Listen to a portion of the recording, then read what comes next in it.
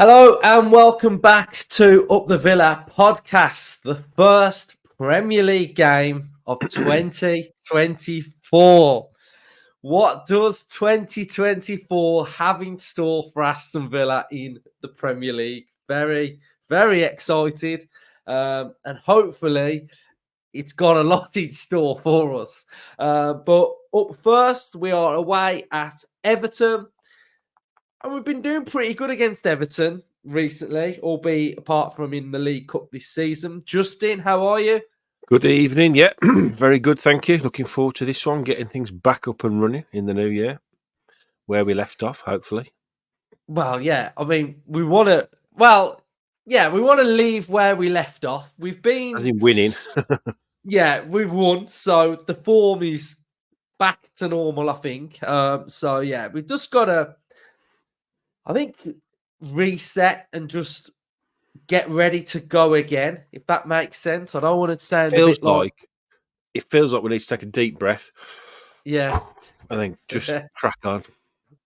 Yeah, so I'm looking forward to it. I'm absolutely loving life as a Villa fan at the minute. So, I think we can beat everybody. I look forward to every game. I look forward to the what's in front of us, and I think the team's evolving. The manager's growing in his presence of being Villa manager, and yeah, it's just all good things coming out of Aston Villa, and I think it's really well set for sort of this part of the season now. So, shout out to everybody that enjoyed my low block episode as well. If you are new to the channel, subscribe, hit a like, and comment your thoughts down below. Then, so Everton,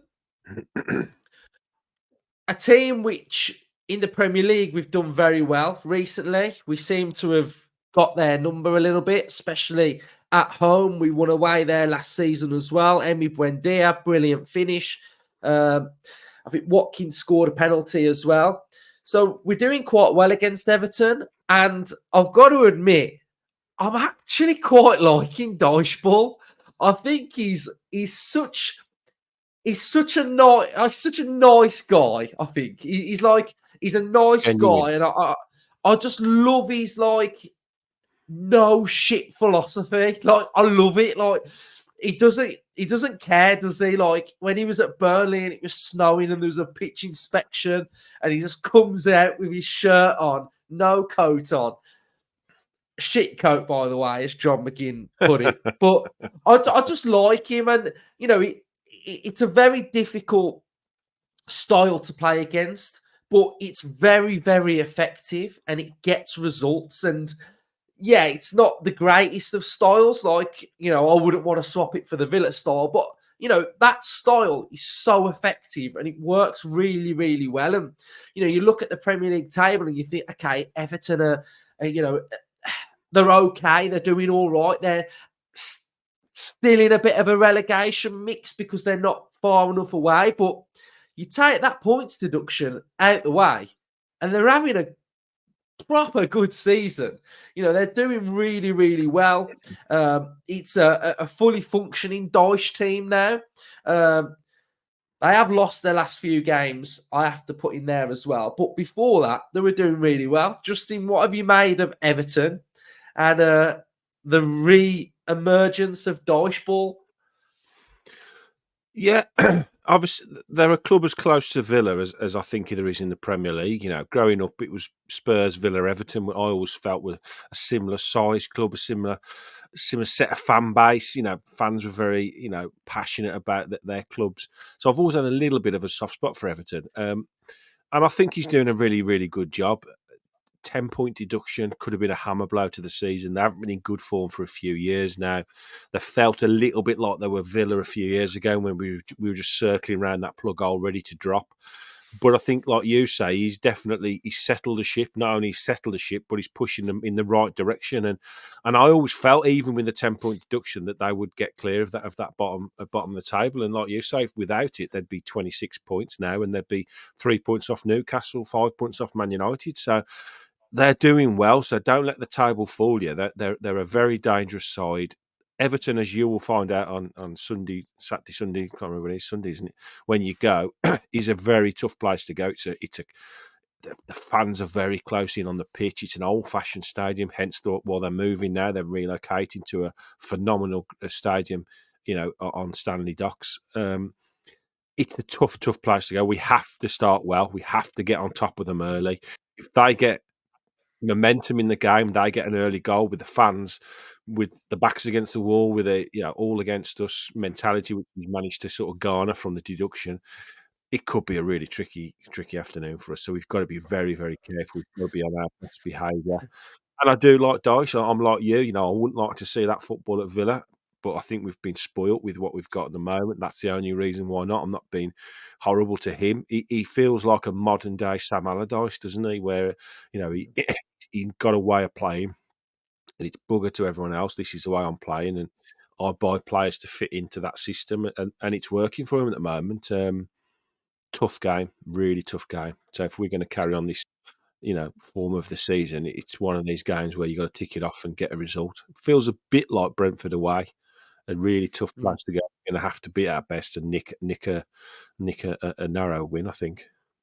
Yeah, Hopefully. definitely. We'll do the predicted lineup, and we'll go into more in depth on how they're playing. We did it at the start of the season, but we'll do it again where we know a little bit more about what they're trying to do. But he's starting to get a tune out of some players as well. Dyche McNeil, he looks like he's going to be missing this game, so that's a big plus for Aston Villa. Calvert-Lewin, red card, potentially he's going to be out if that doesn't get rescinded. But Doucouré is a completely different player now, playing in that sort of number 10/number 6, so effective. And Doucouré is having an absolute fantastic season. He's missed quite a few games for them recently as well, so he's a big blow. But also, Branthwaite at the back, what a centre-half he is. He's absolutely quality. So, they've really got some good players. Onana, I've spoke about on this podcast before how much I really, really rate Onana. Arsenal are now sniffing round him. Jack Harrison, good player on his day. So they've got some really good players. Idrissa Gana, he's gone to AFCON, so he's going to be out for them as well. But, a really likeable team, a hard-working team, a club that I really respect and a club that I really, really like. So, it's going to be a difficult game. Like I mentioned on the low block episode that I did about how, we have to negate teams that, play a bit defensive at times. And what you don't want to do, like what you've said, is concede early at Goodison. No. That would be the absolute worst thing to do because, to climb. with their atmosphere, how difficult they can make it for you. It's important that we really do control this game, and we are possession-based, complete control, and we start to get into that psyche now of doing a job and doing the Aston Villa job. And I think that's something that's important and something that, I really want to see going into the back end of this season now. We're over halfway now. So, yes, it's nice to get really good performances. Yes, we want to play really well. But I'm at a phase now where I'm like, I just want to win football matches. I don't care. If we win this game 1-0, I don't care one bit as long as we win the game and we keep going. And yes, we might see better performances where we might win 2 or 3 further down the line. But at the minute, I just want to see us win. And that's just where I am. And I'm just being brutally honest. So we'll go through some of the slides then, and then I'll stop and get Justin's thoughts on it as well. And so we'll go with sharing the screen to start with. So head-to-head record, we've done these all the time, and generally they're not great reading. And there's some clubs where they become quite good reading, and Everton are one of those clubs where we've, in recent times, sort of got the better hand on them. So played 57 times in the Premier League era. We've drawn 19. We've got 16 home wins and 9 away wins, and they've got 9 home wins. You can see the recent meetings: an Aston Villa 4-0 win, a 2-0 Villa win, and a 2-1 Villa win. So again, really good. It's going well so far, Justin. Yeah. Form guide. We've got Villa. Okay. Not that many Reds. I'm all right with that. So we've got the Arsenal win, Brentford win, Sheffield United draw, United loss, and Burnley victory. And then we've got Everton's last 5 games, won 2 and lost the last 3. Decore has missed the last 3 and they haven't won a game. So this just shows how important and how integral Decore is to getting Everton ticking. And then so far this season, we're second. Yes, we are second with 13 wins, 3 draws, and 4 losses. Justin, have you not done that thing yet where every now and again you'll do all the results towards the end of the season? You know how you Not sometimes yet. do that? Yeah, not No. yet. I am going to do one, and I'm going to do it with 12 games to go. That's when I've decided if we're still in amongst it by that point, which I hope we are, then I'm going to start my count. Because the last time I did that, we had no chance of stopping up, Yeah. and I predicted we would, and we did. So that's what will come very soon, hopefully. Yeah, I think you did one last year as well, didn't you? Last year to finish 7th as well, yeah. But you always get it Europe. pretty much bang on. So if anyone's not following Justin on X or Twitter, what it used to be called, follow him because he gets this little scrappy piece of paper and he just Jot down jots the his results, notes what down. I think. Yeah. Well, what I do is I look at like when we stayed up, I looked at how many points we roughed over the last 10 seasons you need to stay up. And then I averaged it out, and then I worked out where we would get our wins from to get to that point, and we did. And I did the same last year. How many points you need roughly over the last 10 seasons to finish 7th, which was Europe, and we did it. So this year I'm going to do it for, depending where we are, Champions League or the title. Imagine that. Oh my God. That. Mental. Well, I love this graphic. Absolutely love it. I do. And it really shows you what teams are all about and how they play. So as you can see, just below, I think just past West Ham, I would say Everton are the next best direct transitional football team in the league. You have got Everton. So what you can see is that you've got that they are fast and direct. The direct speed of their attacks sort of like 1.9, and then you've got the passing sequence. So you can see that there are 2.8 passes per sequence with a speed of 1.9, whereas West Ham are 3.3 with the same sort of speed. And then you can see Aston Villa are in that slow and intricate section, but we are closer towards fast and direct, which means that we are we know we're adaptable, don't we? We know we can go long, we know we can be direct, but we also know that we can keep the ball and keep possession as well. I'd say that crosshair there, right in the middle, is the what you would want the perfect place to be, because you are then, like we know we are, and it's a very good illustration of what kind of team we are. We're a really good all-round team. We probably do lean a bit more towards the slow and intricate side, but we're also, when we have to be, very dynamic, on the turnover, and obviously up top we're quite quick. So I would say that's almost a perfect place to be in, and it's sort of borne out by the results, isn't it? Yeah, I've been looking at this graphic thinking, in my head, like, where would we want to be? And I think you're right, to be fair, because if you are Bang in the sort middle, of, yeah. if you are in the middle, it shows that you can do a bit of both. I mean, look at Man City down there. But that's Like, ridiculous. they are literally slow and intricate. There's Honestly, nothing else. I was looking at that graphic thinking, where is Man City? It took me a couple of minutes to realise they're right down in that bottom corner. I do think he's gone too far on it. I think that's also, looking at where they are this season, they have struggled a bit considering Yeah. how they normally play. And that might be one of the reasons. They're just too slow and predictable. Yeah, definitely. Here, another graphic that we like to show. And they are always pretty telling, aren't they? Whenever we do these and we see at Villa Park especially, the blue is where Everton are comfortable with the ball. The grey are contested areas. So it's neither them having more dominance or neither the opposition. And the red is where the opposition have most of the ball against Everton. So, when you're thinking about a team that's playing in transition on the break, counter-attacking, they're relinquishing territory. And this graphic to me illustrates how those type of teams play. They're defensive, dogged, determined, don't have the ball too much, and just look to hit you on the break. And this shows that, perfectly to me. And I always like to show Aston Villas as well. So I think when I show Villas, it's pretty fair at mirroring it. So again, the blue is where we are comfortable with the ball. So you can see we're playing out from the back.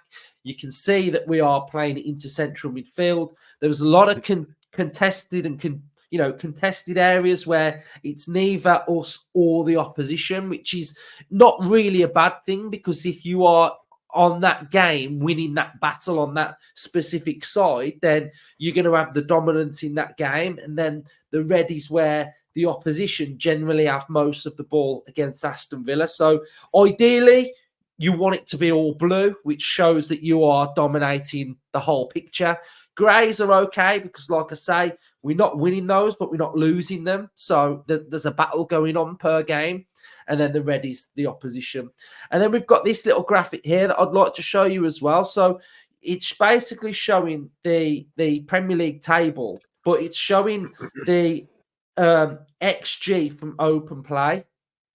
So you can see here that all the teams that are in and around Everton are far lower than what Everton's are. And this shows that Everton are outperforming their position in the league. And that will show that because they've got that 10 points deduction, they're better than all the teams around them. So they've got an XG of 21 from open play, and they've scored 13 goals from open play. So, shows that sort of like the chances that they're creating 189 is far greater than the teams that are in and around them. I think we're at the 200 and something, but I had to crop the image. This is how they lined up against Wolves. They lost 3-0. They went with a 5 at the back against Wolves. I think he's going for a 5 at the back because Doucouré's out. When Doucouré plays, it's generally looking like a 4-4-1-1 with Doucouré making up a 3 in midfield, but sort of being that player that sort of breaks through the lines, supports Calvert-Lewin, but also then will help out in central midfield as well. So last couple of games, he has gone to this 5 at the back. So be interested to see whether Doucouré is back. I'm not sure. McNeil's going to be out, and then Calvert-Lewin might be out as well. So I'd imagine on that left-hand side, he might go with Danjuma, and then up top, it will possibly be Beto up top as well. You've got the average positions here that you can see against Wolves, and then you've got their passing network, which is it's a good network, that is, to be fair. They're all touching the ball, they're all having a bit of possession. Last time I saw Everton, they lost to Spurs, and I thought they were really, really good against Spurs. And then finally, I want to talk about Kamara, Justin, and I'd love to get your thoughts on this. The role of Kamara in this team is becoming really, really important. And I think we've seen with him missing those 3 games that not only do we miss his tackling ability, he's winning the ball back, he's cutting out passing lanes, his actual work that he does in this system of dropping deeper and supporting the back 3 when the left back goes forward. So on the screen, you can see his heat map. This was his heat map against Middlesbrough. But again, this heat map could have been against anybody. It shows, where he's on the pitch. So have you been surprised how important Kamara is to us? Or did you always feel like he was this important? Not really surprised, because we all saw the emergence when he signed, and it became very evident very, very quickly just how good this lad was. Even in the Gerrard era, where he was, our form was horrific. He always stood out, didn't he? So, no, I'm not surprised. But the evolution of every player under Unai Emery has been startling.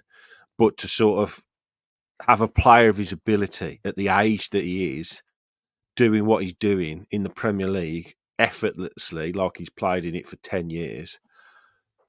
It's so important to us, like you've just alluded to there. Them 3 games where we missed him, we didn't half miss him, and I would go as far as to say we'd have probably won all 3.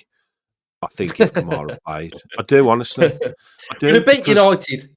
yeah, We'd have beat and United. we'd have beat Sheffield United at home as well. I think. The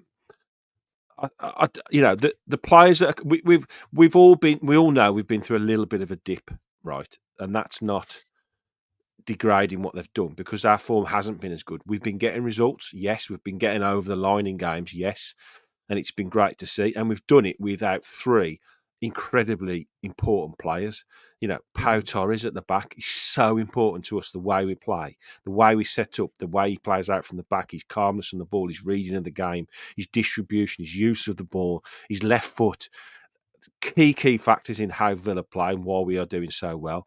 Kamara next to Luiz, they've struck up an incredible relationship in the middle of the park, and they know each other's games inside out, and they just love playing together. They know where each other is when they are, when they're on that pitch together. And the way he's developed into this sort of auxiliary right-sided centre half when we're attacking, it's that drilled into the kid. He knows the position that well that he doesn't have to think about it.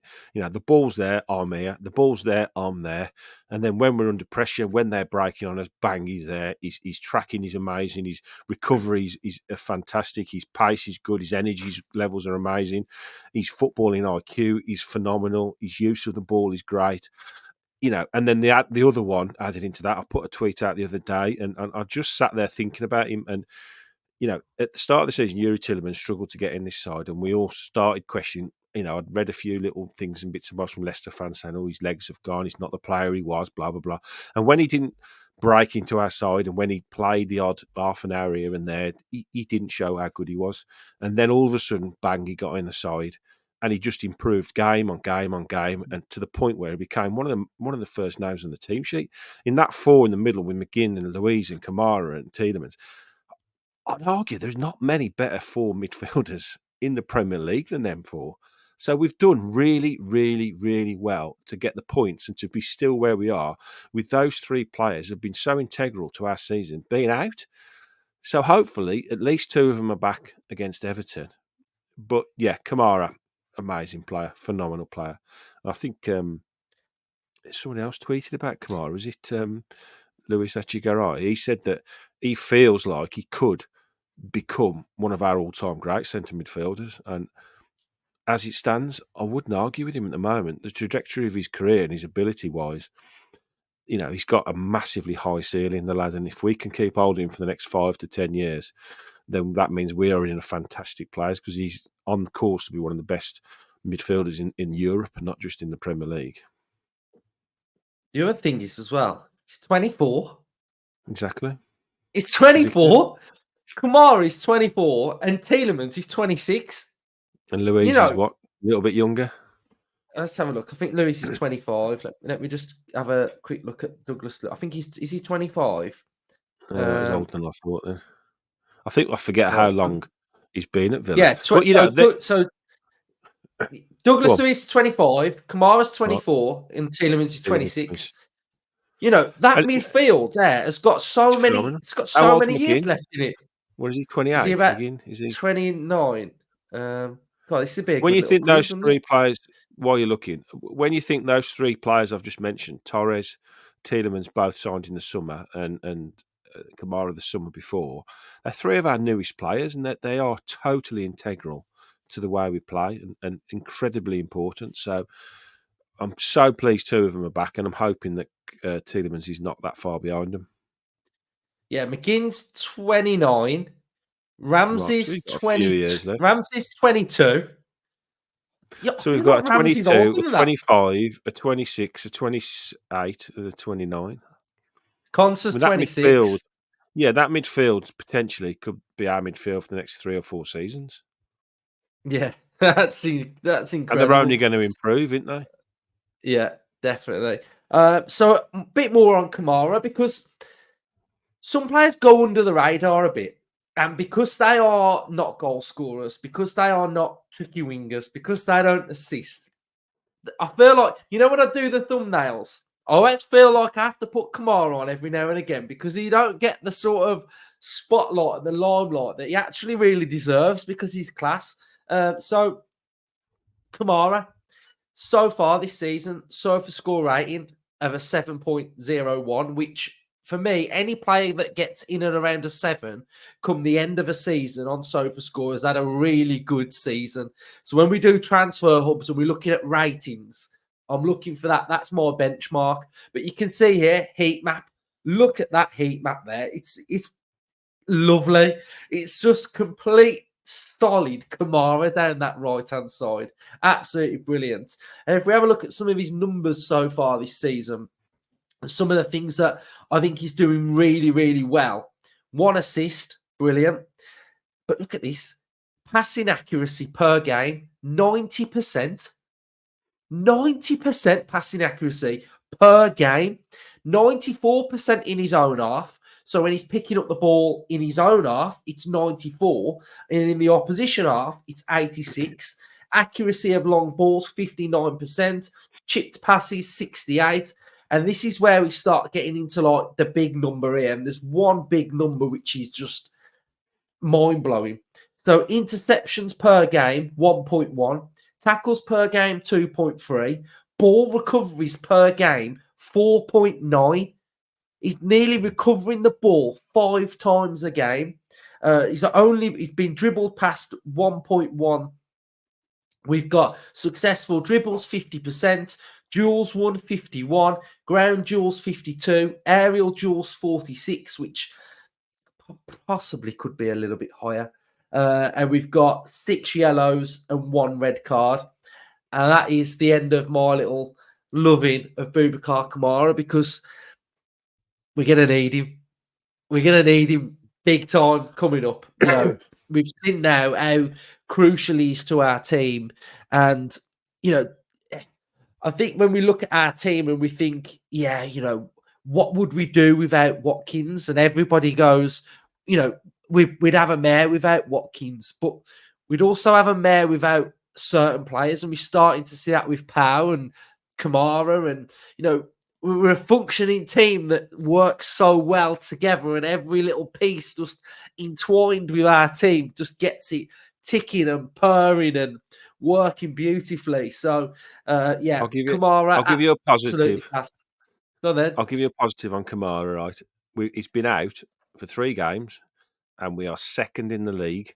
And he's had a lovely little break from football when he's recharged his batteries and he's ready to go for the last however many games we've got of the season. And we're second in the league, 4th round of the Cup, and through to the next round of the Europa Conference League.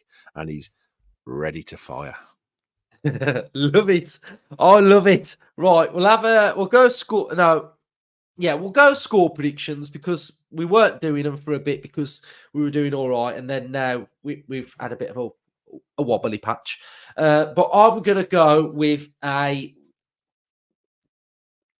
one of them aways, a bit like last year, where we proper do a good away day job.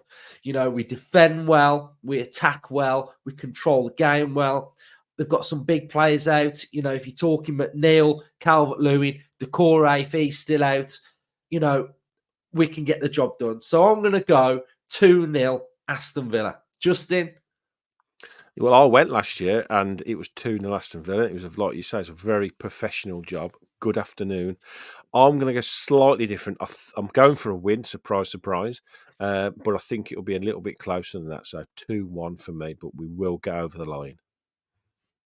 Lovely stuff. Right. Hopefully you've all enjoyed our match preview. Make sure you're commenting your thoughts, subscribe to the channel, drop a like, do all of the usual good stuff. If you want to see some other content, and you can head over to our TikTok where we're pretty much uploading quite regularly on there now as well. So, head over to TikTok and cheers everyone. Up the Villa. Up the Villa.